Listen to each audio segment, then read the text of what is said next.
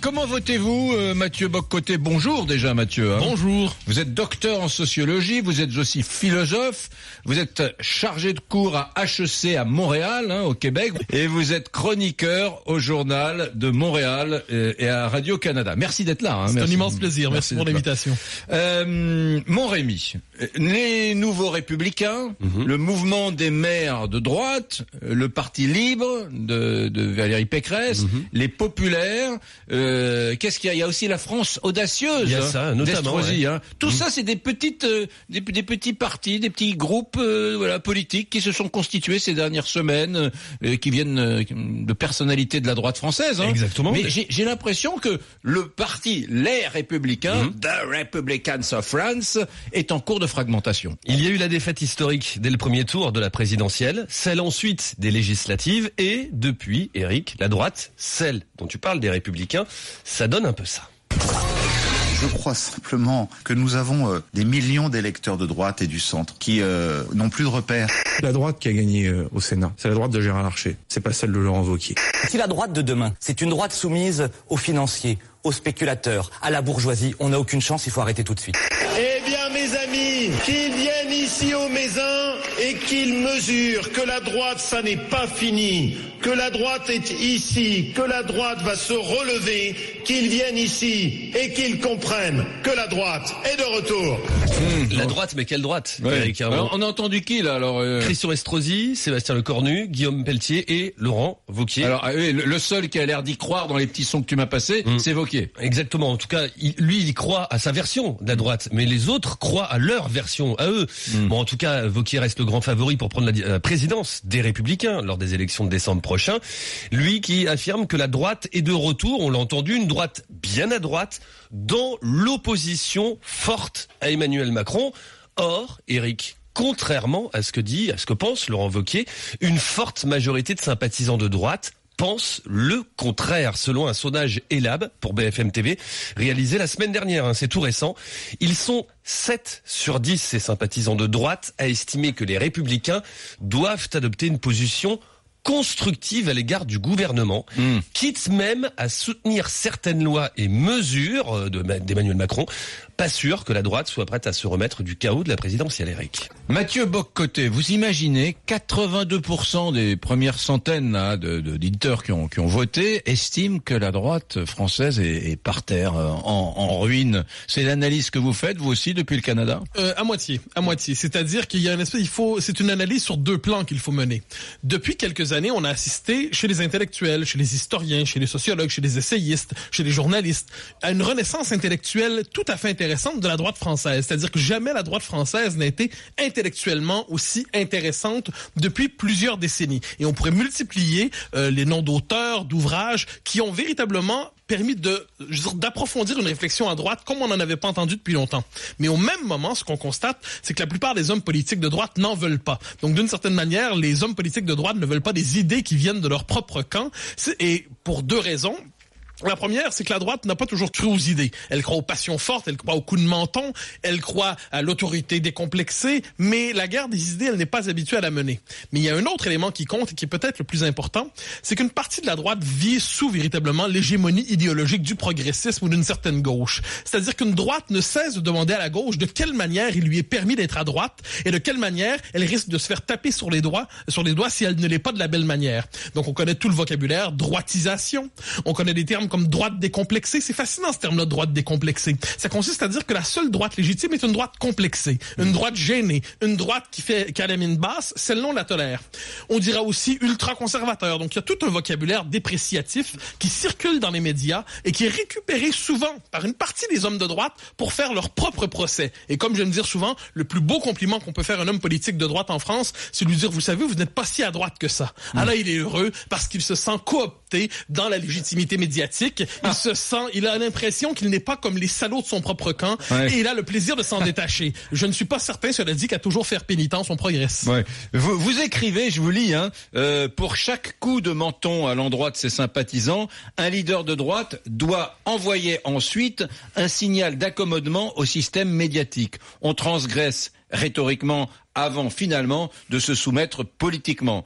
C'est assez intéressant en fait. Donc on est de droite comme ça dans les meetings, mais face à la bronca médiatique, face au politiquement convenable d'ailleurs, il faut le dire, tout de suite après on redresse le tir et on rassure la médiasphère en disant vous savez c'est parce que je suis en meeting j'étais je sais pas où à Vesoul ou à Clermont-Ferrand, mais rassurez-vous, quand je suis à Paris, je suis comme vous, je suis le même, je suis un bobo mondialisé. Oui, quoi. C'est la politique du clin d'œil. C'est-à-dire, devant les militants, on a les slogans qu'il faut, on a les formules qu'il faut, on fait applaudir la mémoire du général de Gaulle, on en appelle à la transgression, on en appelle et dit cette fois-ci, nous ne nous coucherons plus. Mais ce en quoi il y a une forme, on a une conscience qu'il y a une longue tradition de se coucher lorsque les circonstances l'exigent. Mais de la même manière, effectivement, pour demeurer dans le système médiatique, parce qu'il faut voir à quel point le système médiatique, contrairement à ce qu'on dit, ne fonctionne pas seulement sur les médias sociaux aujourd'hui.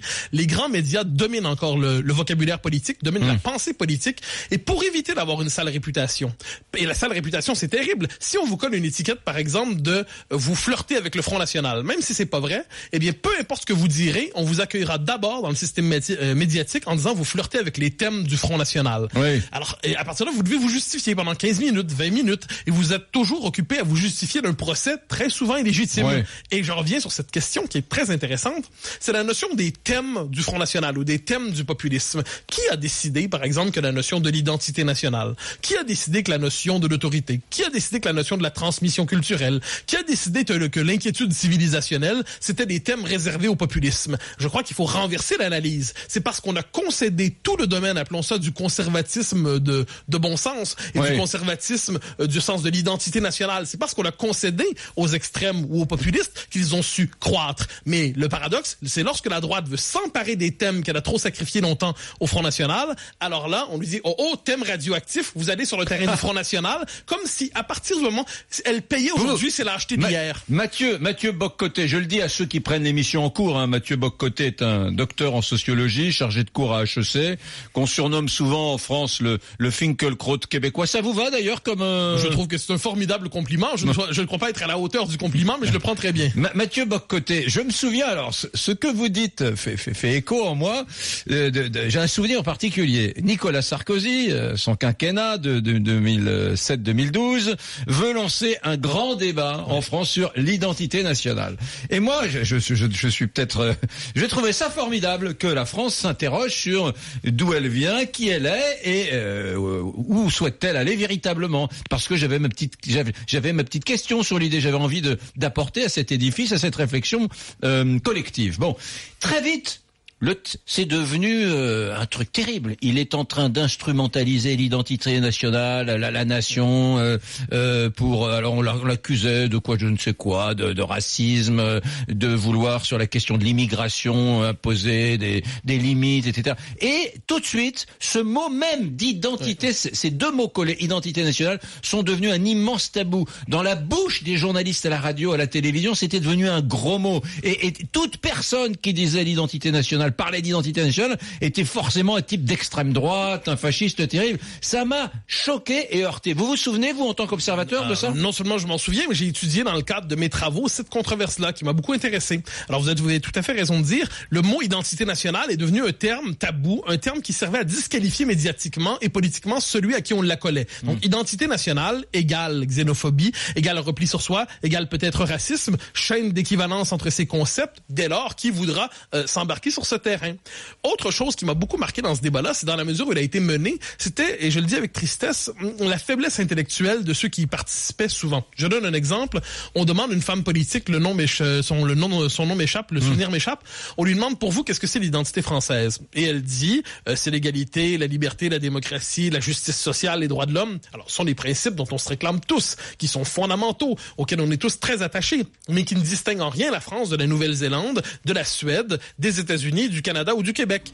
Alors, les grands principes abstraits, on sait s'y référer avec une forme de facilité rhétorique, mais quand vient le temps de dire qu'est-ce que la culture française, l'identité française, ce qui fait que la France n'est pas l'Allemagne, ce qui fait que l'Allemagne n'est pas l'Espagne, ce qui fait que l'Allemagne n'est pas le Portugal, ça, on a de la difficulté à le nommer. Oui. Et pourtant, ça devrait aller de soi, et c'est le grand basculement des 50 dernières années. La notion d'identité française ou d'identité nationale, c'était ce qui allait ça allait de soi, c'était l'évidence qu'il n'était même pas nécessaire de nommer. Et aujourd'hui, cette évidence est devenue devenu scandale. Ouais. Et sous la pression idéologique du multiculturalisme, eh bien, on inverse le devoir d'intégration et c'est désormais la société d'accueil qui doit se justifier d'avoir une identité et on la suspecte toujours d'aller trop loin et de vouloir piétiner les minorités. Oui. Alors, je vais passer la parole à Stéphane, là, qui m'appelle du département de la Loire, il est au 32-16, mais d'abord, Mathieu Boccoté. En conclusion, finalement, vous disiez, la droite, tout ce qui est un peu saillant, intéressant sur le plan intellectuel, depuis quelques années vient de droite, c'est vrai, vous avez raison, la gauche a fait du gras, mais elle vit sur ses acquis et tout ce qui est un peu saillant, je suis assez d'accord là-dessus. Mais dites-vous, la droite politique n'a pas su récupérer cette formidable boîte à idées, ces formidables boîtes à idées dont elle a peur, dont elle se méfie, elle les juge peut-être pas compatibles avec ses objectifs électoraux. Bon bref, on a finalement une droite politique qui n'a pas été à la hauteur finalement de la droite intellectuelle. Ah, ça me paraît assez évident. Et vous noterez par ailleurs qu'on est dans une situation où Emmanuel Macron a été capable, lui, de récupérer en partie ce qu'on pourrait appeler la meilleure part de ce conservatisme. Je pense au ministre de l'Éducation nationale, Jean-Michel Blanquer, qui est le ministre de l'Éducation nationale rêvé par tous les conservateurs français depuis quelques décennies. Eh bien, comment se fait-il que c'est finalement un président qui se réclame de l'étendard du progressisme en toutes circonstances, qui est celui qui est capable finalement de mener les réformes de bon sens, les réformes intelligente sur la question de l'école qui était espérée par tous. On peut imaginer par un Finkielkraut, on peut imaginer par bien des gens qui s'intéressent à la question de l'école d'une manière ou de l'autre. Eh bien, ce conservatisme, il est disponible dans la société française. Ce conservatisme devrait naturellement s'implanter à droite, mais une partie de la droite n'en veut pas, toujours occupée à voiler ses propres convictions si elle en a. Et de ce point de vue, il est disponible pour ceux qui peuvent en faire bon usage. Je note qu'Emmanuel Macron, sur la question de l'école, en fait bon usage. Stéphane, bonjour. Bonjour Eric. Vous allez bien? Ça va. Saint-Chamond, c'est donc la patrie de... Antoine Pinet. Antoine Pinet. Le grand Antoine Pinet, injustement méprisé par l'histoire. Moi j'aimais bien Antoine Pinet, président du Conseil. Du général de Gaulle d'ailleurs, à la fin des années 50, le père du Francfort. Stéphane, oui c'est vrai, il n'y a pas tellement de place Antoine Pinet. Il y a plus de place Jean Jaurès, de place Gambetta en France que d'avenue Antoine Pinet. Stéphane, alors, le Brunet-Métry, la droite française n'a plus d'idées, plus de programme, plus d'identité, elle est KO. D'accord ou pas Stéphane? Ah, complètement d'accord. Complètement d'accord, je souscris avec votre invité. Je crois qu'il a quasiment tout dit. Je dirais juste pour bon, il y avait sous Sarkozy, on va dire un petit peu avant Sarkozy, la droite la plus bête du monde. Je crois qu'on l'a encore prouvé avec François Fillon que elle est, elle est complètement à l'ouest en termes de déconnexion vis-à-vis de la population. Elle est plus à l'écoute des médias, comme disait votre invité, qui pourtant les médias ne représentent pas de gros bataillons électoraux. Mais voilà, je dirais ce qui manque, moi, aujourd'hui, par rapport à pour avoir une vraie droite, malheureusement, sont des défunts, c'est-à-dire un Charles Pasqua et un Philippe Séguin seraient encore aux commandes de la droite. Je pense qu'elle ne serait pas dans cet état-là. Parce qu'elle aurait vraiment il y aurait un autre débat d'idées. Et aujourd'hui, ce qui sépare aujourd'hui Macron de la droite traditionnelle actuelle, c'est-à-dire pratiquement rien. On peut voir que Wauquiez essaye de bouger un petit peu, mais on lui a accolé une jupéiste, une jupette, pour comme dit le dicton, la droite amène les électeurs et puis les centristes amènent les élus. Et résultat, il faut l'avouer, aujourd'hui il y a une désaffection complète. Parce que, à l'inverse de la gauche qui n'hésite pas à se réunifier avec l'extrême gauche à chaque fois pour essayer de remporter les élections, François Mitterrand a bien fait culpabiliser la droite pour lui dire attention, le danger du Front National, des extrêmes, même du Dupont-Aignan ou Philippe de Villiers était taxé d'extrémiste à l'époque. Et tout ça pour évidemment diviser pour mieux régner.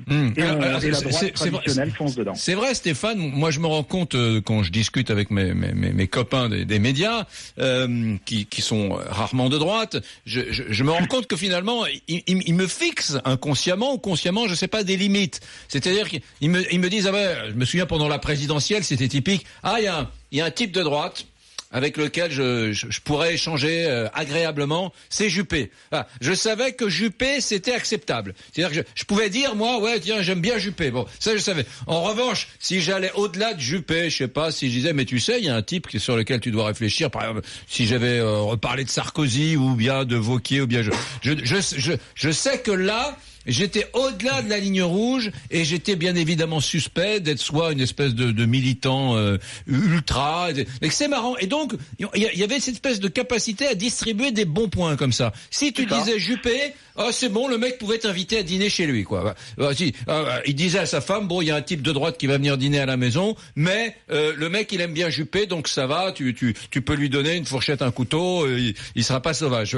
Et ça m'a fasciné. Et finalement, mon quotidien à moi, Stéphane, c'est pour ça que ça résonne, ce que tu me dis, mon quotidien à moi, depuis des années, c'est jouer sur ce registre-là, c'est-à-dire essayer de donner le sentiment que je suis pas un sauvage, même si je suis pas juppéiste, tu vois, c'est oui. Ça. Attends, je vois Mathieu Bock-Côté qui se régale et qui jubile et qui a l'œil qui roule à côté de moi, Mathieu. Oui, mais en fait, votre description est assez juste, c'est-à-dire ça nous démontre à quel point, à certains égards, c'est la gauche qui fixe encore aujourd'hui ce que j'appelle les critères de la respectabilité politique et médiatique. C'est la gauche qui décide où passe la frontière entre la droite et l'extrême droite, bien souvent. C'est la gauche qui décide où passe la frontière entre la droite modérée et la droite dite dure. Déjà, oui.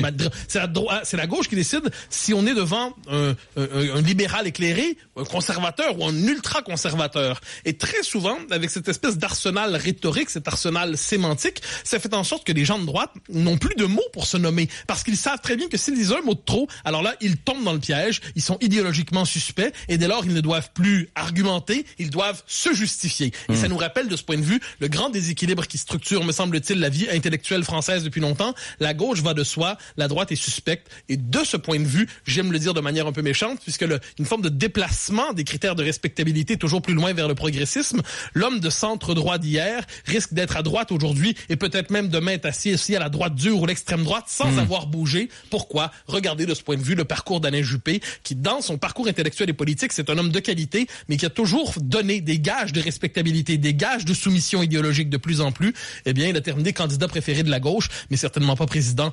chef de son propre camp, et certainement pas président. Mathieu Bock-Côté, est-ce que c'est pas finalement une des grandes illusions des gens de droite, des politiques de droite, et pas de gauche, de droite, que celle qui consiste à se dire il faut que j'incarne, il faut que je sois un chef, voilà, parce qu'à droite on est comme ça, et sur la question des idées ça suivra tout naturellement. Et ça, je pense que c'est une erreur. Moi, je suis attaché à la méritocratie, je suis attaché je parle mon exemple, à la réforme de l'État, par exemple, à plein de choses. Moi, si un type n'est pas sur ces registres-là, il ne m'intéresse pas. J'ai des idées aussi. Je suis pas un idiot prêt à suivre n'importe quel chef pourvu qu'il soit chef de la droite. Je crois qu'en démocratie, inévitablement, en politique même, il y a toujours une part d'incarnation. C'est-à-dire, on suit rarement des idées pures, on suit rarement un programme stratosphérique. Qu'on le veuille ou non, la politique, elle est aussi passionnelle. Il y a un besoin d'identification, il y a une part conflictuelle en politique. De ce point de vue, on ne peut pas faire l'économie d'une capacité d'incarnation. Mais l'erreur serait de croire qu'elle suffit. On connaît la formule, je crois, est-ce que c'est Chirac qui disait « un chef doit cheffer ». Bon, la formule est drôle, elle évoque ce désir d'autorité. Donc moi, je pense que la part de l'incarnation, elle est inévitable. Le charisme fait partie on n'est pas des êtres désincarnés, des êtres sans chair, on n'est pas de pures idées. Donc je pense que la part de l'incarnation est nécessaire. Le problème, c'est qu'on croit quelquefois qu'elle épuise le problème politique. Elle doit s'accompagner d'un programme fort. Pensez à Sarkozy en 2007, qui, moi, demeure un cas qui mérite une bonne étude. Sarkozy a une capacité d'incarnation, on le voit avec les militants qui conservent un rapport affectif, presque passionnel avec lui. Donc, mais il se fait élire pourquoi? Parce qu'il s'empare d'un diagnostic, il s'empare d'une sociologie politique même, il s'empare d'un discours qui était disponible depuis plusieurs années à droite. Donc, qu'est-ce que c'était Sarkozy le temps de la campagne de 2007? C'était l'incarnation, plus la transgression, plus le discours et les idées d'Henri Guénaud, et plus la stratégie de Patrick Buisson. Mettez ça ensemble, ça fait une proposition politique qui peut être forte. Cela dit, si vous n'avez que les idées, vous risquez d'être prof. Si vous n'avez que l'incarnation, vous risquez d'être petit chef. Comment rassembler les deux? Là-dessus, il y a une part de grâce. Il y a une part de grâce. Dites-moi, à droite, donc, vous me disiez tout à l'heure, finalement, il y a une espèce de porosité terrible. On reprend très souvent des idées, des concepts de gauche. Regardez aujourd'hui, la droite, elle est multiculturaliste. Alors, le multiculturalisme, c'est extraordinaire. Qu'en pensez?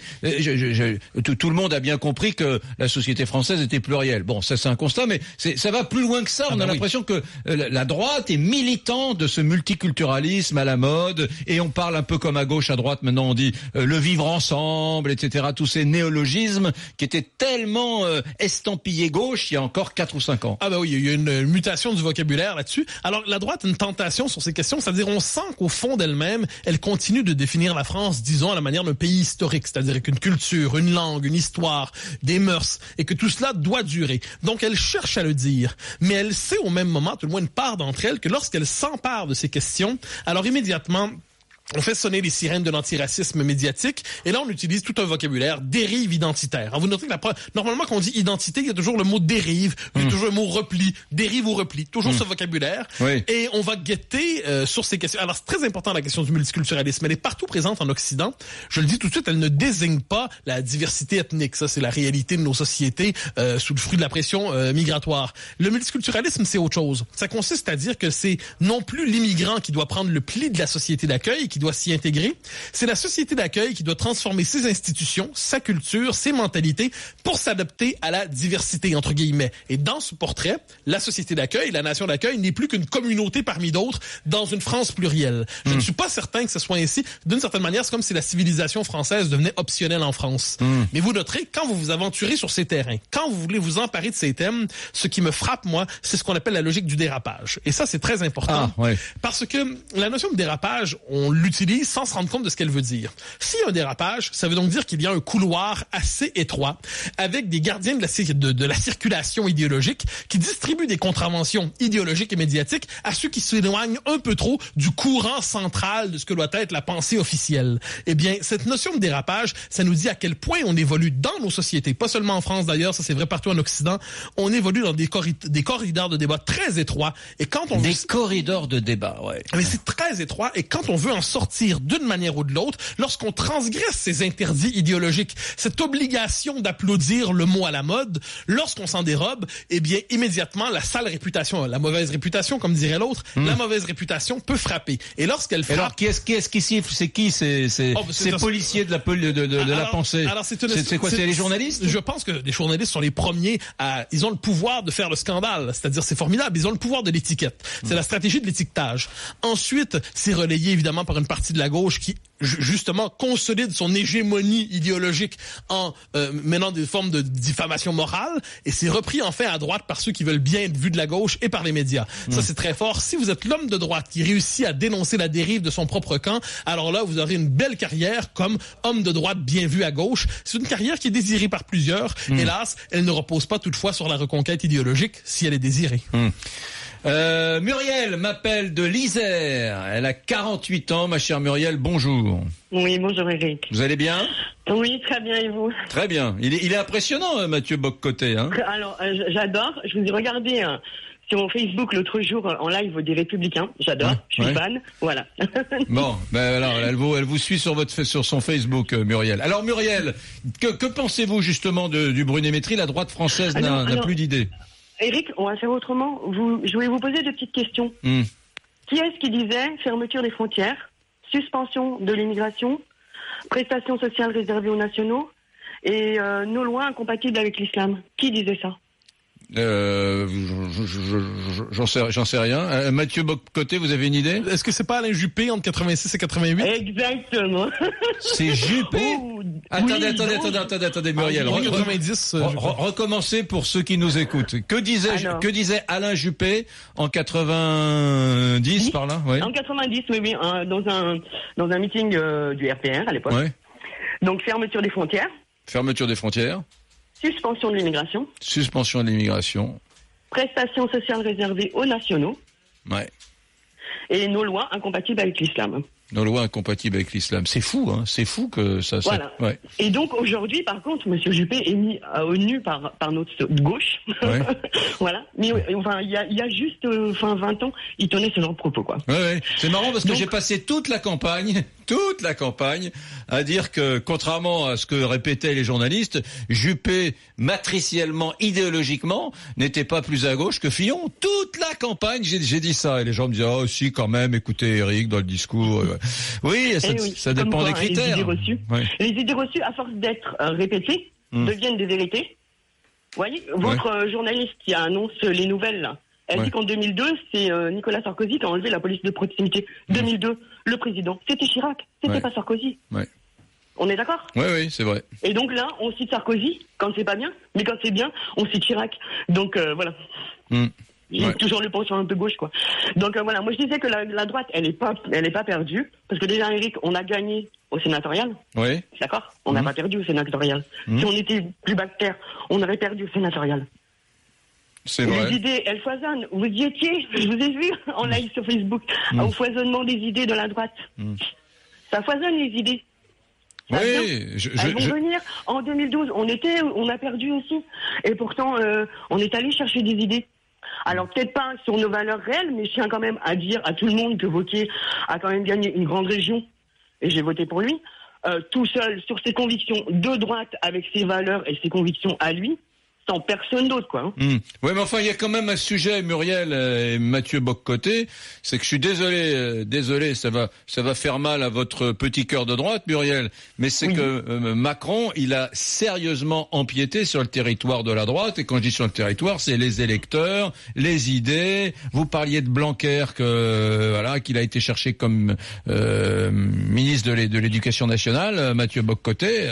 Oui, en fait, d'ailleurs, le débat de cet automne. Et ce n'est pas la droite est un peu exclue du débat de l'automne, disons ça comme ça. D'un côté, il y a Macron, de l'autre Mélenchon. La question sociale en ce moment laisse un peu de côté la droite. Donc on a Mélenchon qui est dans une stratégie qui se veut insurrectionnelle, qui joue à la lutte des classes, peut-être est-il sincère.